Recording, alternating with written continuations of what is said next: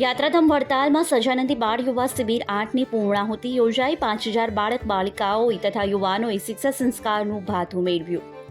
સ્વામિનારાયણ સંપ્રદાયના મુખ્ય તીર્થધામ વડતાલ ખાતે તારીખ 24મીથી ત્રિદિવસીય સજાનંદી બાળ યુવા શિબિરની સાંજે પૂર્ણાહુતિ થઈ હતી. શિબિરમાં ગુજરાત, મહારાષ્ટ્ર અને મધ્યપ્રદેશના 5000 બાળક બાલિકાઓએ ઉત્સાહભેર ભાગ લીધો હતો.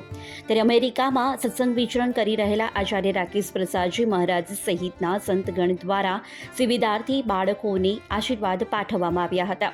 આ શિબિરમાં માતૃપિતૃ વંદના પર વિશેષ ભાર મૂકવામાં આવ્યો હતો.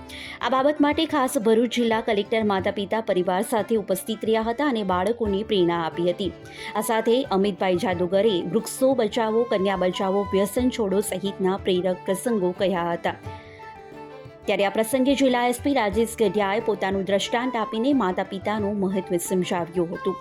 આ શિબિર સમાપન સમયે મંદિરમાં સમૂહ પૂજાનું અને સમૂહ ફોટો સેશન કરવામાં આવ્યું હતું. ત્યારે વિદાય લેતા બાળકોએ ગુરુ સંતોના આશીર્વાદ માટે ગુરુ વંદના કરી અને સંતો સાથે રાસની રમઝટ બોલાવી હતી.